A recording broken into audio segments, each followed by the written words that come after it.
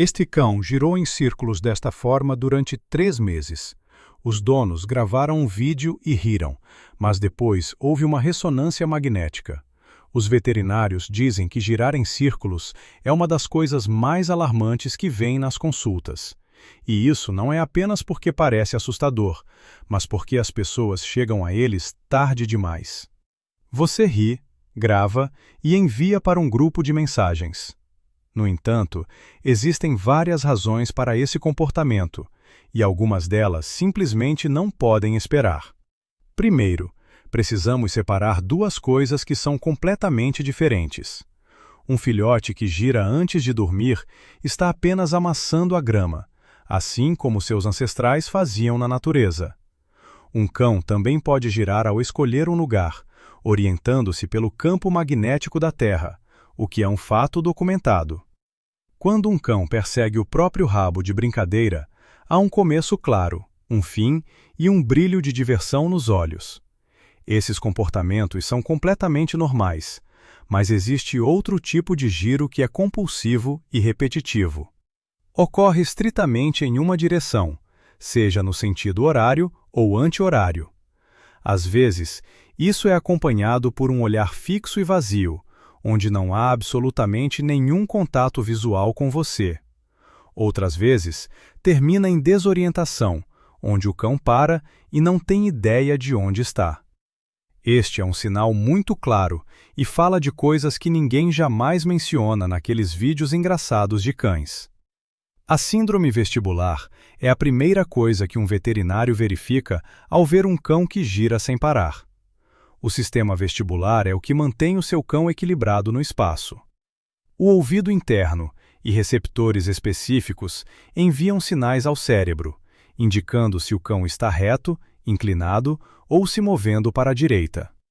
Quando esse sistema falha, o mundo dentro da cabeça do cão literalmente começa a girar.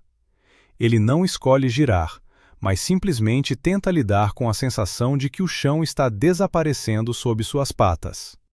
A síndrome vestibular aguda parece terrível para os donos. O cão perde repentinamente o equilíbrio, a cabeça inclina-se para um lado e os olhos começam a mover-se involuntariamente de um lado para o outro, o que é conhecido como nistagmo.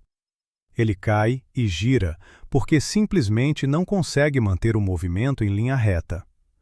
Os donos geralmente pensam que é um derrame cerebral e que o fim está próximo. Aqui está a parte inesperada, pois a síndrome vestibular idiopática, que é a forma mais frequente, resolve-se sozinha na maioria dos cães em 1 ou 2 semanas.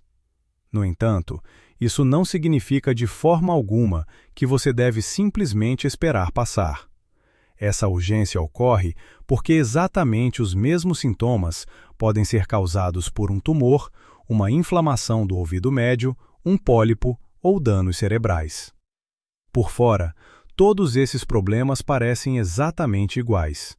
Apenas um especialista com o equipamento adequado pode ver a diferença, e não um vídeo em um telefone ou um fórum de donos na internet. As infecções do ouvido médio e interno são a causa mais frequente de giros que passa despercebida durante os diagnósticos em casa.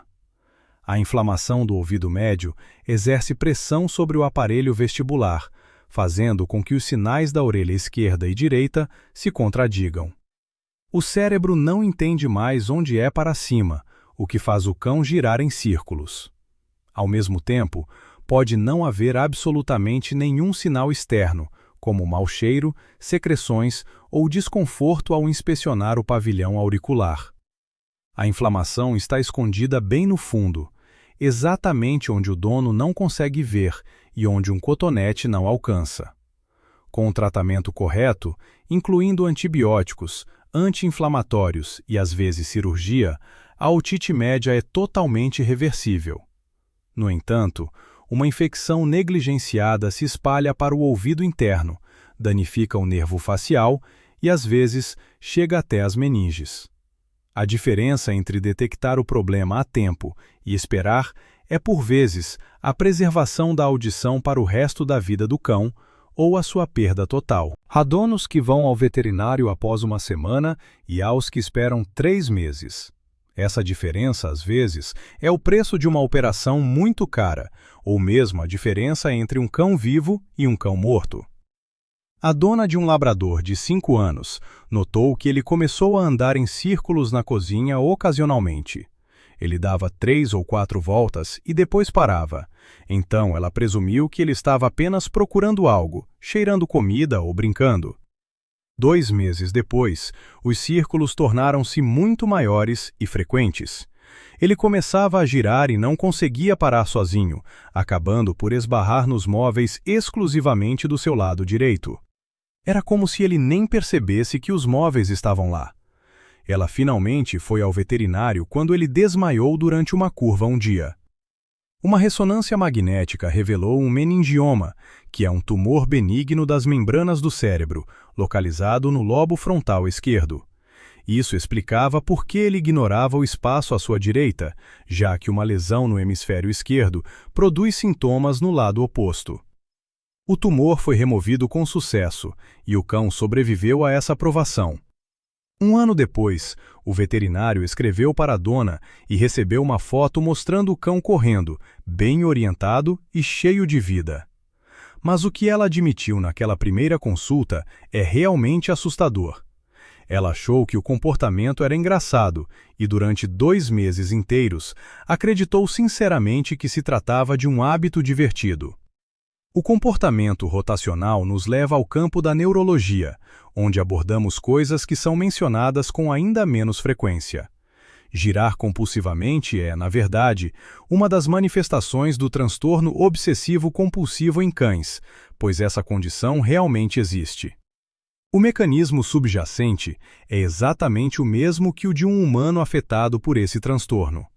O cérebro fica preso em um ciclo contínuo que é simplesmente incapaz de quebrar por conta própria.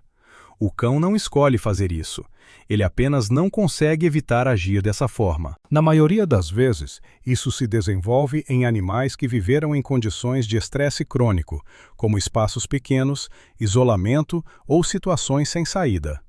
Abrigos, gaiolas ou quartos dos quais eles nunca saíram forçam o cérebro a criar um ciclo de comportamento como uma válvula de escape. Eventualmente, essa válvula deixa de ser uma medida de emergência e se torna o único modo de funcionamento possível. Algumas raças são mais predispostas a isso, incluindo os Bull Terriers, os Dobermans e os pastores alemães. Felizmente, essa condição é tratável através de correção comportamental, enriquecimento ambiental e, em casos graves, apoio médico. O primeiro passo crucial, no entanto, é reconhecer que não se trata de um hábito engraçado que deve ser encarado com leveza. Quando se pronunciam as palavras ataque epiléptico, as pessoas geralmente imaginam convulsões, espuma na boca e um colapso repentino. Essa apresentação clássica é muito evidente e você simplesmente não tem como ignorá-la.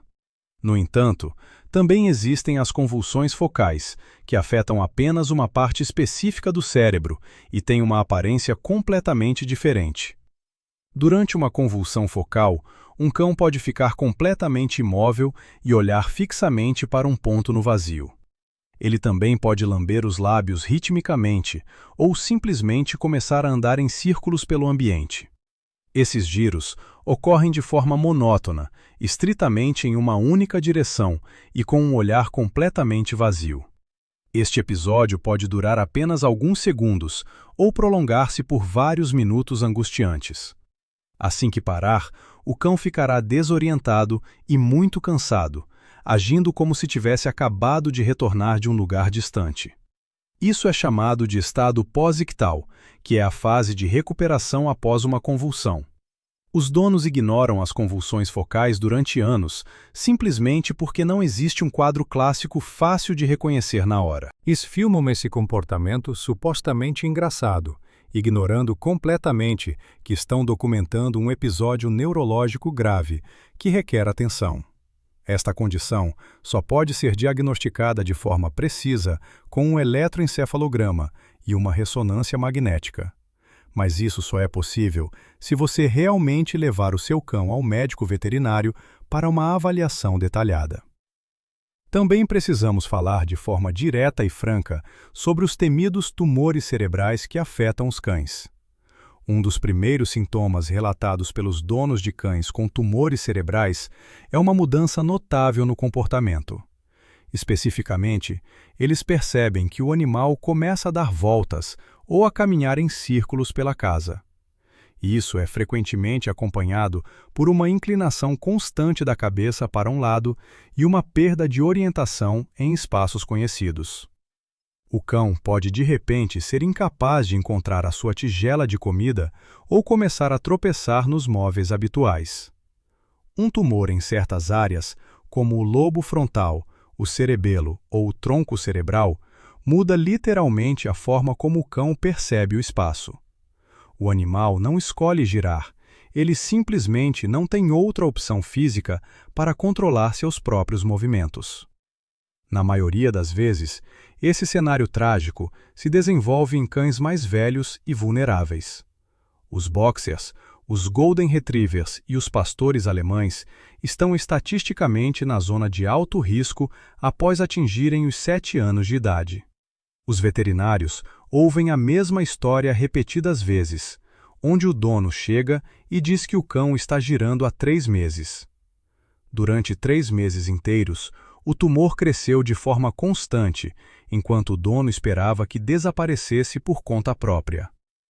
Outra causa muito importante a considerar em cães que apresentam esse sintoma é o hipotireoidismo canino. A glândula tireoide gerencia o metabolismo do corpo inteiro, incluindo o metabolismo vital do sistema nervoso.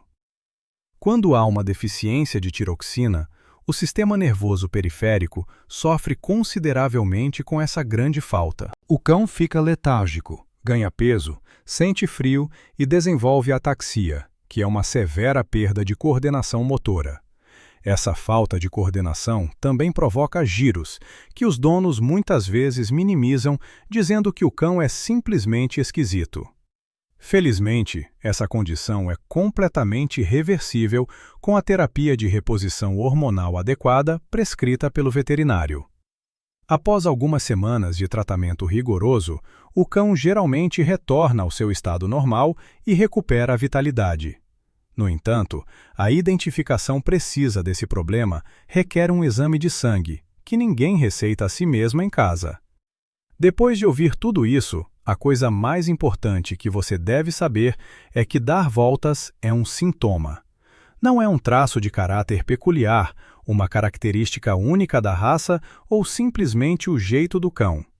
É um sintoma muito sério que tem uma causa subjacente que continua a se desenvolver enquanto você espera passivamente. Você deve observar cuidadosamente o padrão exato do comportamento e os movimentos do seu animal de estimação. Um movimento em uma única direção quase sempre indica que há uma lesão unilateral afetando o cão.